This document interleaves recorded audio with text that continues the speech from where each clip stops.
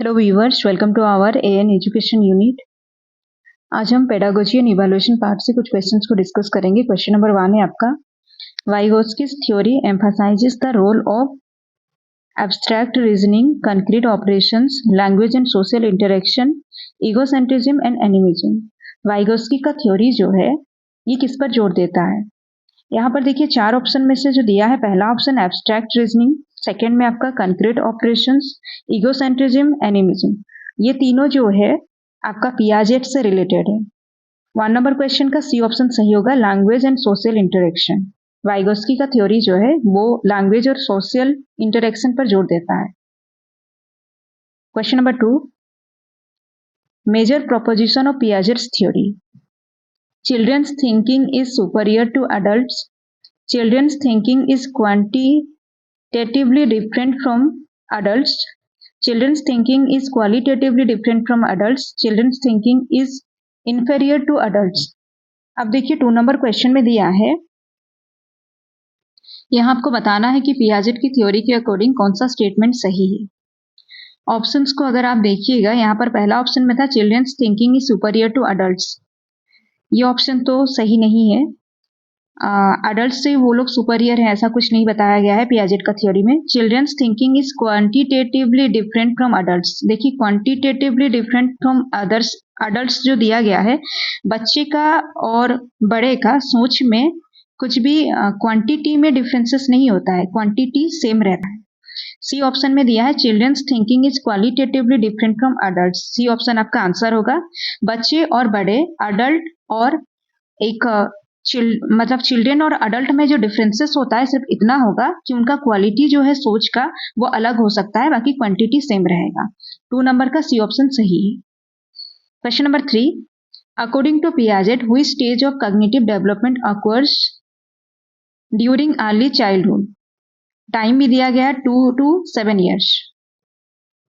आप लोगों को याद होगा पियाजेट का 4 स्टेज था, तो यहाँ पर आपसे क्वेश्चन पूछा गया है कि 2 to 7 ईयर्स के बीच में कौन सा स्टेज आता है। ऑप्शन से आपका sensory motor, pre operational, concrete operational, formal operational stage. 3 number question अगर आप देखिएगा, 3 नंबर क्वेश्चन अगर आप देखिएगा, इसमें सही ऑप्शन जो है बी ऑप्शन सही होगा, 2 to 7 ईयर्स। ठीक है, 2 से 7 साल तक जो है वो आपका प्री ऑपरेशनल स्टेज होगा। स्टेज बहुत इंपॉर्टेंट है, स्टेजेस से हर बार क्वेश्चन आया है, आप लोग अच्छे से पढ़ के जाइएगा।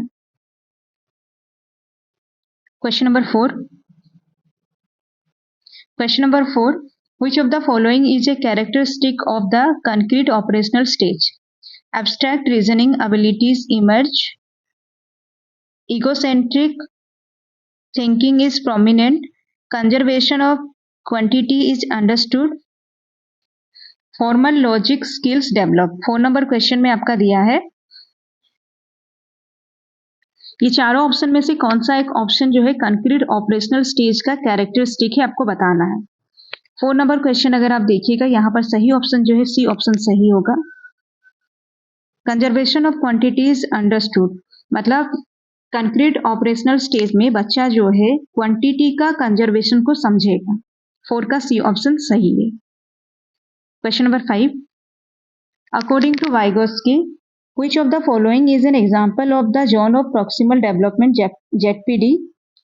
आपको बताना है कि ZPD का कौन सा एक एग्जाम्पल होगा। पहला ऑप्शन में आपका दिया है task that a child can do independently, task that a child can not yet do, task that a child can do with assistance, task that a child can do at an advance level. यहाँ पर ZPD से related है, ये ZPD से आप लोगों को याद होगा। यहाँ पर असिस्टेंस जो है, यानी कि task that a child can do with assistance, मतलब हेल्प अगर उसे मिले तो वो कोई काम कर सकता है। 5 का सी ऑप्शन सही है। Question number 5, formative assessment is an assessment dash learning 2 of by 4। Formative assessment है, याद होगा फॉर्मेटिव असेसमेंट जो है असेसमेंट फॉर लर्निंग। ठीक है, असेसमेंट फॉर लर्निंग होगा फॉर्मेटिव असेसमेंट। 6 का डी ऑप्शन सही है। Question number 7, which of the following is an example of a summative assessment technique? Quizzes during a unit of study, classroom discussion, final exams, peer assessment। 7 number question important question है कि आपका दिया गया है इसमें summative assessment का एक example कौन सा है। फाइनल एग्जाम यानी कि सी ऑप्शन सही होगा। फाइनल एग्जाम जो है समेटिव असेसमेंट का एक एग्जाम्पल है। Question number 8, which of the following is an advantage of summative assessment. Summative assessment का कौन सा एक एडवांटेज है आपको देखना है। Provides immediate feedback to students, allows for ongoing monitoring of student progress, guides instructional decisions and interventions, determines students readiness for future learning। अब देखिए समेटिव असेसमेंट का एडवांटेज आपसे पूछा है, इसका सही ऑप्शन डी होगा। 8 नंबर क्वेश्चन का डी ऑप्शन सही है, determine students readiness for future learning. Question number 9, the main objective of continuous and comprehensive evaluation CCE is to help teacher complete the course, to lay emphasis on thought process and de-emphasize memorization, to satisfy parents with children's progress, to help authorities monitor school functioning। देखिए CCE का जो objective है, main objective जो है CCE का, वो आपका सही ऑप्शन हो जाएगा B, to lay emphasises on thought process and deemphasise memorisation. Question number 10, limited to quantitative description of pupils performance is evaluation measurement age। 10 number question अगर आप देखिएगा बी ऑप्शन सही होगा। क्वांटिटेटिव डिस्क्रिप्शन जो है वो मेजरमेंट होगा। Question number 11, this method is helpful in bringing out the creative and investigating aspect of the child, lecture, demonstration, competency, project। 11 number question अगर आप देखिएगा डी ऑप्शन सही होगा। बच्चे का क्रिएटिविटी और इन्वेस्टिगेटिंग एस्पेक्ट को पहचानने का काम करता है project method. Question number 12, a child centred classroom is characterised by passive teachers and active learners. यहाँ पर दिया है चाइल्ड सेंटर्ड, ठीक है। Passive teachers, active learners, a variety of learning activities for the learners, syllabus chosen by the learner, children sitting in the centre of the classroom. ये child centred है, इसका मतलब ये नहीं है कि सेंटर पर बच्चों को बिठा दिया जाए। यहाँ पर सही ऑप्शन अगर आप देखिएगा बी ऑप्शन आपका सही होगा, a variety of learning activities for the learners. Question number 13, child centred learning is most likely to be teacher directed and lecture based, encourage students to explore, create and discover, focus on standardized test scores above all else, limit student choice and participation। देखिए child centred दिया है, तो child centred learning जो है वो teacher directed या lecture based नहीं होगा, स्टैंडर्डाइज टेस्ट स्कोर पर फोकस नहीं किया जाएगा उसमें, और लिमिट ये वर्ड ही है नेगेटिव वर्ड। स्टूडेंट चॉइस और पार्टिसिपेशन को हम कभी भी चाइल्ड सेंटर्ड लर्निंग में लिमिट नहीं करेंगे, इसलिए सही ऑप्शन अगर आप देखिएगा बी ऑप्शन सही होगा, encourage students to explore, create and discover. Question number 14, what role does the teacher play in a learner centred classroom. Learner centred classroom मतलब वही है child centred. A lecturer who transmits information, a facilitator who guides and supports learning, an evaluator who grades and assesses students, a disciplinarian who maintains order. देखिए सबसे पहले तो discipline को classroom में maintain करना ये हमारा काम नहीं है। चाइल्ड सेंटर्ड क्लासरूम में भी जरूरी नहीं कि सिर्फ डिसिप्लिन को मेंटेन किया जाए, इवैल्यूएट करना, ग्रेड्स प्रोवाइड करना ये भी हमारा सिर्फ काम नहीं है। लेक्चर देना, इंफॉर्मेशन को लेक्चर के थ्रू इंफॉर्मेशन को ट्रांसमिट करना ये भी हमारा काम नहीं है। But A facilitator who guides and supports learning, ये वाला ऑप्शन आपका बिल्कुल सही है, बी ऑप्शन आपका आंसर है। हमेशा याद रखिए चाइल्ड सेंटर्ड एजुकेशन में, चाइल्ड सेंटर्ड क्लासरूम में बच्चे को फैसिलिटी प्रोवाइड करते हैं टीचर, इसलिए उनको फैसिलिटेटर के रूप में देखा जाता है।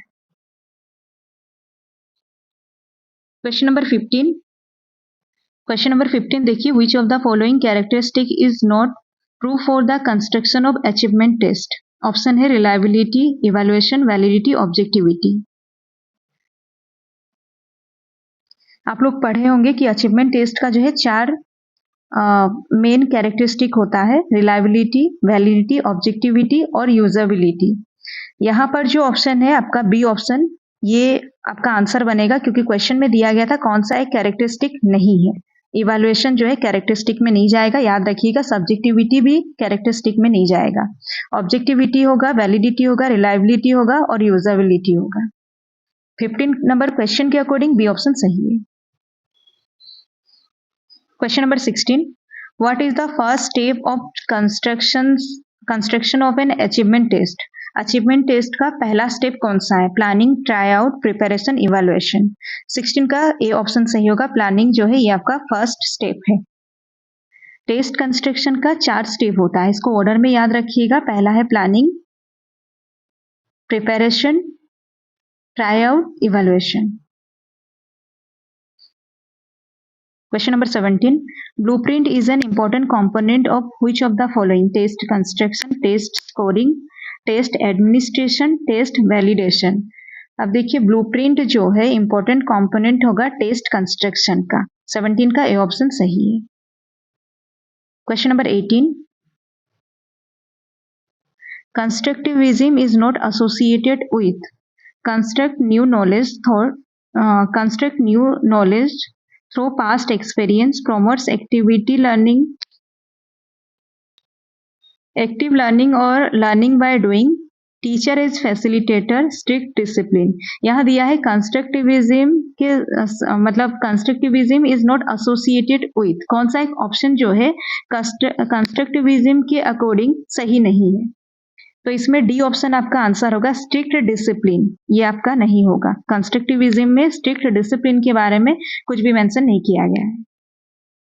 Question number 19. Learning centred approach less emphasise on learning by doing, learning by listening, learning by rote memorisation, learning by demonstration. तो देखिए लर्निंग सेंटर्ड दिया गया है, तो इसका सही ऑप्शन जो है ए ऑप्शन सही होगा, learning by doing. Question number 20. Continuous and comprehensive evaluation CCE has been introduced for assessing comprehensive development comprehensively, allowing the children gather knowledge and to pass easily, assessing the growth of children in all aspects of their personality, assessing only co-cognitive development of children। देखिए यहाँ पर दिया है CCE के बारे में, continuous and comprehensive evaluation. इसमें याद रखिएगा ऑल एस्पेक्ट्स को ज्यादा वैल्यू दिया जाता है, इसलिए सी ऑप्शन आपका सही है। आज के लिए यहीं तक। उम्मीद है आप लोगों को समझ में आया होगा। पीडीएफ के लिए व्हाट्सएप ग्रुप का लिंक मिलेगा, वहां ज्वाइन हो जाइए, आपको पीडीएफ मिल जाएगा। और इसमें कितना क्वेश्चन आपका सही कमेंट करके जरूर बताइए।